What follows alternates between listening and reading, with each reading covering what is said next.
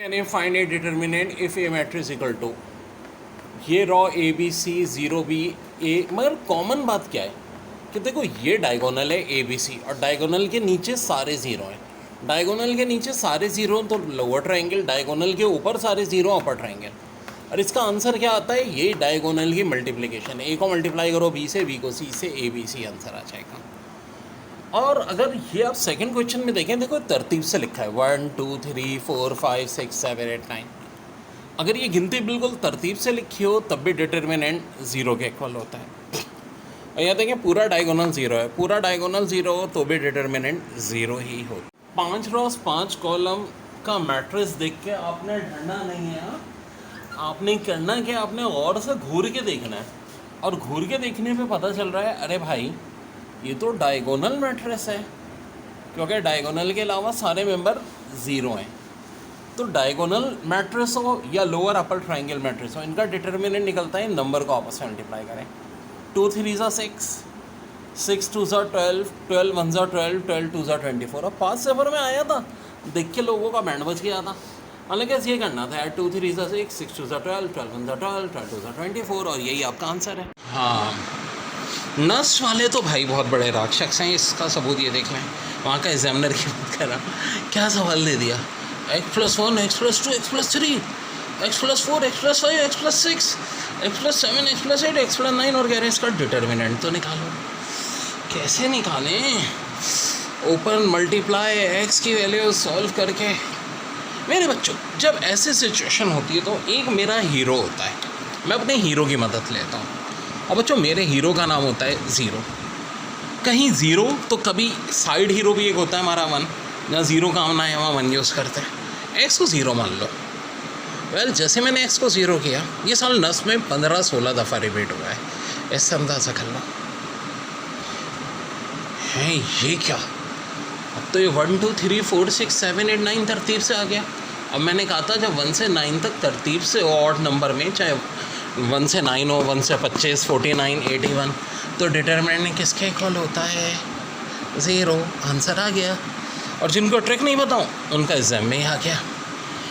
अब एक और बड़ा ख़तरनाक सवाल, अरे एग्जामिनर भी क्या है यार, ये मैट्रिक्स फिर ये मैट्रिक्स और ये मैट्रिक्स, इन दोनों को प्लस करना है और इस रिज़ल्ट से मल्टीप्लाई करना है, कह रहे हैं आंसर बताओ।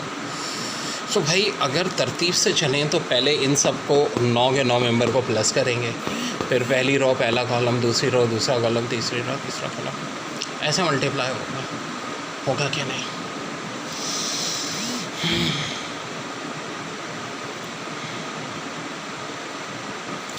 सो अब मेरी एक बड़ी ऑसम ट्रिक याद रखो, ऑसम। देखो अगर रॉ में तीनों चीज़ें मौजूद हों, हर रॉ में 1 ओमेगा ओमेगा स्क्वायर मौजूद है कि नहीं, ओमेगा ओमेगा स्क्वायर 1, सब चीज़ें एक एक बार आ रही हैं, बिल्कुल आ रही हैं। अच्छा, या रॉ में या कॉलम में, ज़रूरी नहीं दोनों में।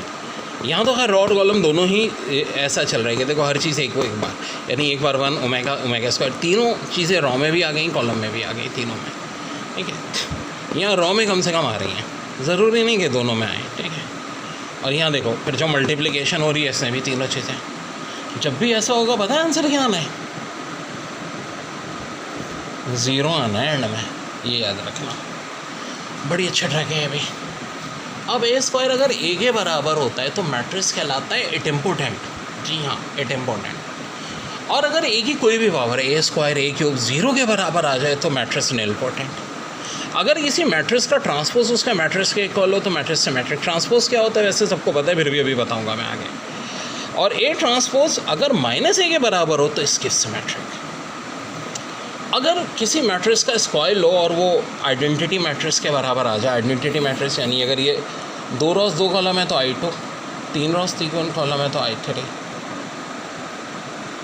ठीक है, ये हो जाएगा। आई स्क्वायर अगर आई के बराबर हो, न्यूमोलेंट्री आई ए ट्रांसपोज ए के बराबर हो तो सिमेट्रिक, ए ट्रांसपोज -a के बराबर हो तो इसके सिमेट्रिक। ऐसे है बच्चों, बिल्कुल ऐसे ही। बड़ा अच्छे 2 सवाल आते हैं 5 से भर के। पहले एक देखते हैं, 1 ओमेगा ओमेगा स्क्वायर है, फिर ओमेगा ओमेगा स्क्वायर 1 है, फिर omega square 1 omega plus omega omega square 1 omega square 1 omega omega omega square 1 1 omega omega square equal to किसके होगा, ये बताओ। तो देखो पहले तो इन दोनों मैट्रिसेस को हम प्लस करेंगे और जो रिजल्ट आएगा मल्टीप्लाई करेंगे तो आंसर आ जाएगा। अब एक बड़ी अच्छी ट्रिक बताता हूँ। देखो इस रॉ में क्या 1 ओमेगा और ओमेगा स्क्वायर तीनों मौजूद है? जी हाँ। क्या यहाँ भी ऐसा ही है 1 ओमेगा और ओमेगा स्क्वायर तीनों मौजूद हों? जी हाँ। क्या यहाँ भी ऐसा है? जी हाँ। यहाँ भी ऐसा है, यहाँ भी ऐसा है, यहाँ भी ऐसा है। जितनी रॉज हैं सबके देखें तीनों मेंबर डिफरेंट हैं और वो तीनों मेंबर क्या हैं? 1 ओमेगा ओमेगा स्क्वायर। और से देखें, घूर के देखें, एक बार ओमेगा आ रहा है, एक बार ओमेगा स्क्वायर, एक बार 1। हर रॉ में ऐसा है इन दोनों मैट्रिक्स की। और जो मल्टीप्लाई हो रहा है उसके कॉलम में ऐसा है। तो जब भी ऐसे सिचुएशन होगी रिजल्ट 0 0 होगा। अब बड़ा प्यारा सवाल दिया है कि ए दिया हुआ इसके बराबर कह रहे हैं अगर ए का डिटर्मिनेंट 12 है तो मैट्रिक्स बी जो कि इक्वल किसके ट्रांसपोज ऑफ ए के, तो बी का डिटर्मिनेंट कितना होगा? ट्रांसपोज का मतलब होता है रॉ को कॉलम बना दे, कॉलम को रॉ बना दे। क्या रॉ को कॉलम और कॉलम को रॉ बनाने से डिटर्मिनेंट पे कोई फ़र्क पड़ता है? तो जी कोई नहीं पड़ता। इसलिए अगर ए डिटर्मिनेंट 12 है तो बी डिटर्मिनेंट भी कितना होगा भाई? 12 ही होगा। तो पास से भर के दो बहुत ही अच्छे सवाल थे बच्चों। लेकिन क्या करना है ना, बड़े खतरनाक सवालों को अपने सिंपल सिंपल कॉन्सेप्ट से काटना है। देखो अगर ए डिटर्मिनेंट 1 या -1 हो, और से समझो ए डिटर्मिनेंट 1 या -1 हो तो मैट्रिक्स ऑर्थोगोनल मैट्रिक्स कहलाता है। उस सूरत में ए इनवर्स किसके बराबर होता है? ए ट्रांसपोज के बराबर होता है। अब जैसे कि ए मैट्रिक्स दिया है 0 1 0 1 0 0 0 0 और कह रहे हैं इसका इनवर्स लिखो, तो पहले इसका डिटर्मिनेंट निकाल के देखो वो बना जाएगा या माइनस बना जाएगा। और 1 और -1 अगर आ जाए ये आपको खुद करना, डिटर्मिनेंट निकाल के देखिए। तो इसका इनवर्स निकालने के लिए पूरा लंबा एडजॉइंट वाला तरीके की जरूरत नहीं है। डायरेक्ट इनवर्स क्या होगा? इसका ट्रांसपोज। ट्रांसपोज का लगे रॉ को कॉलम बना दे, कॉलम करो। अब ये देखो ना, पहली रॉ थी 0 1 0, ये पहला कॉलम बन जाएगा। दूसरी रॉ और फिर दूसरा कॉलम और तीसरी रॉ इत्फाक से इसका ट्रांसपोज और मैट्रिक्स भी यही है। और मैट्रिक्स और उसका ट्रांसपोज यही हो तो फिर भाई नाम क्या दिया जाता है ऐसे मैट्रिक्स को? सिमेट्रिक। तो ये भी कह सकते हो कि सिमेट्रिक। ज़रूरी नहीं सिमेट्रिक होना। That's just your answer. बड़ा आसान आ गया। अब तो एक और बड़ा प्यारा सा है। ए डिटर्मिनेंट दिया है -12 और कह रहे हैं ये वाला इसका डिटर्मिनेंट क्या होगा? अब देखो थोड़ा दिमाग लगाओ। यहाँ रॉ थी 1 3 0, यहाँ हो गई 2 6 0, यानी हर नंबर डबल हो गए। देखा जाए पहली रॉ को हमने मल्टीप्लाई किससे कर दिया है? यहाँ 2 से, इसी रॉ। यहाँ देखो 2 6 4 था, 4 12 8 हो गया, दोबारा किससे मल्टीप्लाई कर दिया? 2 से। -1 0 2 था, -2 0 4 कर दिया, दोबारा मल्टीप्लाई किससे कर दिया? 2 से। यानी 2 से कितनी दफ़ा मल्टीप्लाई हुआ है? 3 दफ़ा। कौन हो रहा है भाई? -12। 2 2 8 -12 से मल्टीप्लाई किया -96। ये आंसर आ गया। तो ऐसे ही तो करना है। क्वेश्चन बड़े खतरनाक हो गए, हमको उसको कैसे करना है? सेकंड ऑर्डर सॉल्व, जैसे ये। ठीक है ठीक है। बड़ा अच्छा सवाल है कि एक मैट्रिक्स से कह रहे हैं इसका डिटर्मिनेंट है और क्या करना है? अगर इसको रॉ या कॉलम से ओपन करें, लेकिन देखो असल चीज़ एफटी में है क्या? घूर के देखो, घूर के देखो तो एक बात समझ में आ रही है। ये रॉ और इस रॉ में कुछ सिमेट्री दिख रही है, बिल्कुल दिख रही है। और इसको -2 से मल्टीप्लाई कर दें तो ये क्या हो जाएगा? -6। यहाँ क्या हो जाएगा? -4। और यहाँ क्या हो जाएगा? -8। और मैथ्स के रूल के तहत अगर दो रॉस किसी डिटर्मिनेंट की सेम होते हैं, सेकंड रॉ को छोड़े हमें लेना देना नहीं, इक्वल टू 0, इसका आंसर क्या होता है? 0। इसका आंसर 0 होता है। अब ये लोग क्या करेंगे? इसको खोलने बैठेंगे। बेसिक प्रॉपर्टी, ये तो इतनी मुश्किल बात नहीं है, पर वो अप्रोच की बात है।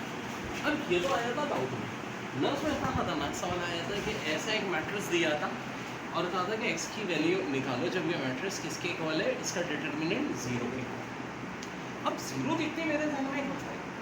मैट्रिक्स 0 कब होता है? जब उसकी दो रॉस सेम हो जाए। कुछ मिलती जुलती वैल्यूज हैं।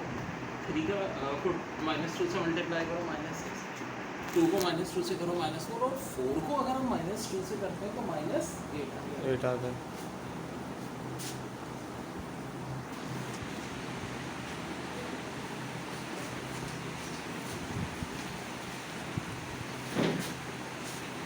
अब इसका मतलब क्या है कि अगर हम इस इसको -2 से मल्टीप्लाई कर दें तो हमारा मसला हल हो जाएगा। -2 से मल्टीप्लाई करेंगे तो मसला हल हो जाएगा। क्यों? बिल्कुल वही सेम सिचुएशन। अब आप बोलोगे कि सर इसका मतलब देखो ये वाला एलिमेंट तो हो गया -6, ये हो गया -4 और ये एलिमेंट -6 के इक्वल है, -4 के। इसका मतलब है ये एलिमेंट -9 + x किसके इक्वल हो जाएगा? 4 को -2 से मल्टीप्लाई करेंगे तो -6 किया था ना भाई ये सब। अब देखो बड़ा आसान है, यहाँ से अब एक्सटेंड पे निकलना कन्फर्मेशन वेट दोबारा देखो 1 कितना आसान हो गया आंसर।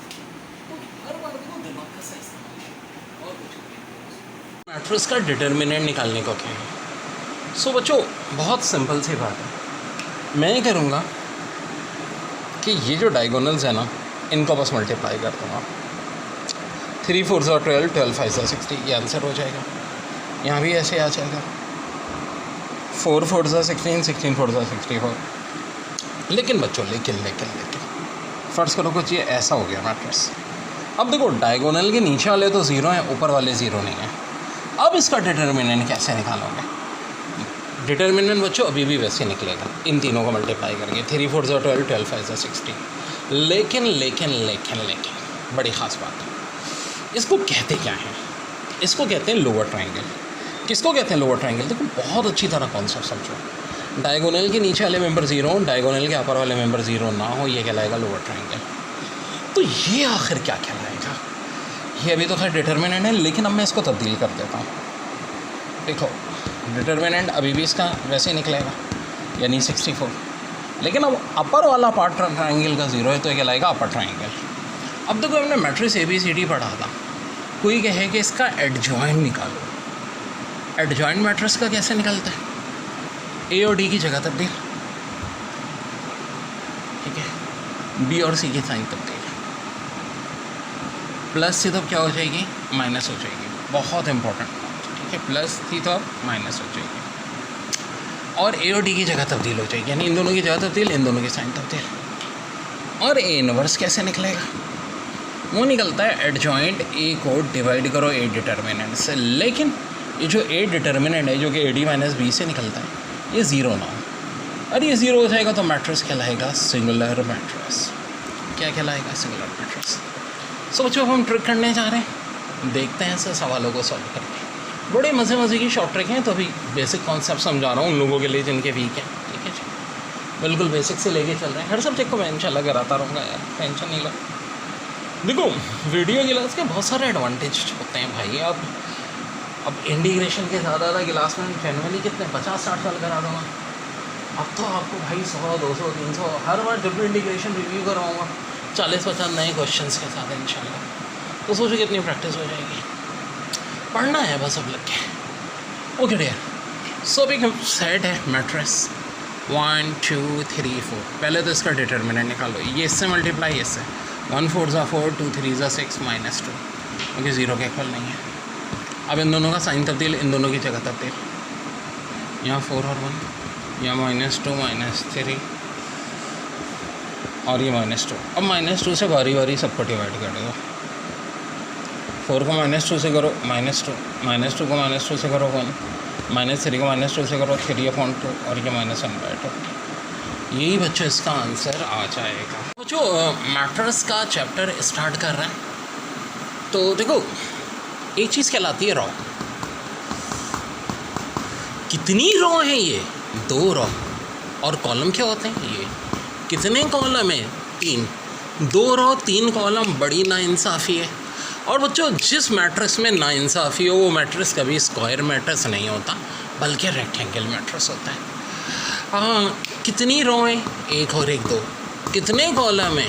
कॉलम भी 2। पूरा इंसाफ है, इसलिए ये है स्क्वायर मैट्रिक्स। स्क्वायर मैट्रिक्स का वेल डिटर्मिनेंट भी निकल आता है। ये मेंबर ABCD मल्टीप्लाई करो AD - BC, ठीक है, निकल आता है, कोई इतना मुश्किल नहीं होता। अब मेरे भाई इस मैट्रिक्स को देखो तो इसके अंदर सिर्फ एक कॉलम मौजूद है, ये कहलाएगा कॉलम मैट्रिक्स। इस मैट्रिक्स को देखो सिर्फ एक रॉ है, ये कहलाएगा रॉ मैट्रिक्स। ये क्या होगा? सिर्फ डायगोनल में मेंबर है, बाकी सारे 0 है। सिर्फ डायगोनल में मेंबर हैं, बाकी सारे ज़ीरो हैं, डायगोनल मैट्रिक्स। यहाँ भी यही है, डायगोनल में सारे मेंबर हैं, बाकी सारे ज़ीरो हैं, इसलिए कहलाएगा डायगोनल मैट्रिक्स। लेकिन फ़र्क है, वहाँ मेंबर अलग अलग था, यहाँ मेंबर भी सेम है। कौन सा मेंबर? वो भी 4। वाह! तो ये कहलाएगा डायगोनल मैट्रिक्स तो होगा, साथ साथ स्केलर मैट्रिक्स। ये क्या कहलाएगा? ये कहलाएगा आइडेंटिटी मैट्रिक्स, यूनिट मैट्रिक्स, और कोई नाम होगा बच्चों इसका। यहाँ स्केलर मैट्रिक्स भी कहलाएगा, डायगोनल भी, लेकिन इसका ख़ास नाम होगा आइडेंटिटी मैट्रिक्स और यूनिट मैट्रिक्स। सो डियर, बहुत important basic concept of matrices. कह रहे हैं point 3,2 lies on the graph of the inverse of F of x equal to 2x³ + x + a, the value of a is, a की value पूछ रहे हैं। तो dare देखो, यहाँ एफ ऑफ एक्स की जगह हम 2 पुट कर देंगे। क्यों? y ये होता है हमेशा एफ ऑफ एक्स, और x की जगह 3, 2x³ + x + a, तो भाई x की जगह 3 पुट कर दो। अब 3 का क्यूब 27, 2 ज़ा 54 + 3 + a, ये 57 है, उधर जाके माइनस हो जाएगा, -55। a की वैल्यू आ जाएगी आपकी -55, और यही आपका। अब देखो 3 रोज और 3 कॉलम का डिटर्मिनेंट 1 2 3 4 5 6 7 8 9। इसको ओपन करो, इसका डिटर्मिनेंट निकालो, देखोगे क्या आ रहा है। वैसे बड़ी दिलचस्प बात बताऊँ, इसका डिटर्मिनेंट 0 आएगा, और ये क्या लाएगा? Singular matrix. इसका डिटर्मिनेंट 0 आता है, सिंगुलर मैट्रिक्स का मतलब। अब एक खास बात जो बताना चाह रहा हूँ मैं, देखो कब मैट्रिक्स परफेक्ट 0 होगा? कितने नंबर हैं ये? 1 2 3 4 5 6 7 8 9, यानी कि ऑड तादाद में परफेक्ट स्क्वायर तरतीब से हो तो हमेशा रखो उसका डिटर्मिनेंट 0 होगा। जैसे कि ये देखो, 5 का ओपन करने को आ गया, और ये भी इतने बड़े नंबर, अक्सर लोगों का तो बैंड बच जाएगा देख के, लेकिन मेरे स्टूडेंट्स को चूँकि ट्रिक्स पता होती हैं तो कोई प्रॉब्लम नहीं होती। 1 2 3 4 5 6 7 8 9 10 11 12 13 14 15 16 17 18 19 20 21 22 23 24 25 नंबर तरतीब से, तो आंसर क्या होगा? 0 है तो क्या कहलाएंगे? सिंगुलर कहलाएंगे। तो मेरे भाई बड़ी काम की बात पता चल गई, अगर ये तरतीब से हो और ऑड तादाद में हो। अच्छा फ़र्ज़ करो ऐसे ही होते 1 2 3 4 5 6 7 8 9 10 15 16, तब डिटर्मिनेंट 0 नहीं होता। हाँ, ये बड़े गौर से सुन लो, जब भी ऑड तादाद में हो तरतीब से। अब बताता हूँ इसका फ़ायदा क्या हुआ। एग्ज़ाम में उन्होंने यहाँ लैम्डा कर दिया था, ठीक है, और कहा था कि इसका डिटर्मिनेंट निकालो। अब सॉरी, डिटर्मिनेंट नहीं बल्कि कहा था मैट्रिक्स सिंगुलर है, लैम्डा की वैल्यू निकालो। तो हम क्या करते हैं, इसको 0 के इक्वल पुट कर देते और लैम्डा की वैल्यू पुट करते हैं। लेकिन बच्चों अगर हमें ट्रिक पता है तो हम सोचेंगे यार 1 भी मौजूद, 2 भी मौजूद, 3 भी मौजूद, यहाँ कुछ मिस है, फिर 5 6 7 8 9। तो खुद देखो क्या मिस है, यहाँ 4 मिस है, तो लैम्डा की वैल्यू क्या होगी? 4 होगी, आंसर 4 आ जाएगा। ऐसी कलकला को ये 25 वाला दे दें, यानी 5 रो 5 कॉलम का, यहाँ भी कोई एक चीज़ ये मिस कर दें, ठीक है, यहाँ x दे दें। For what value of x determinant is singular equal to 0 करके क्या यार 5 रोज 5 कॉलम को सॉल्व करोगे? नहीं ना, 1 2 3 4 5 6 क्या में से भाई? 7 में से, तो आंसर 7 आएगा। ठीक है बच्चों, अभी बहुत ख़तरनाक से कुछ क्वेश्चन करना है मैट्रिक्स डिटर्मिनेंट में भी। जो बच्चा मुझसे पढ़ रहे हैं उनको अच्छी तरह अंदाज़ा हो रहा है कि एक एक टॉपिक का हम पोस्टमार्टम करते जा रहे हैं, फिज़िक्स हो, केमिस्ट्री, मैथ, इंग्लिश। और देखो अभी जब ये कोर्स कंप्लीट हो जाता है, एक बार, दूसरी बार, तीसरी बार, चौथी बार, बार कराता रहता हूँ, और हर बार नए नए सवालों के साथ, ताकि ऐसी प्रैक्टिस हो गया। 100 मार्क्स का टारगेट है भाई मेरे पास, तभी बड़ा जो 90+ का इरादा है। ठीक है भाई, सो आंसर यहाँ एक्स की जगह 7 बच्चों।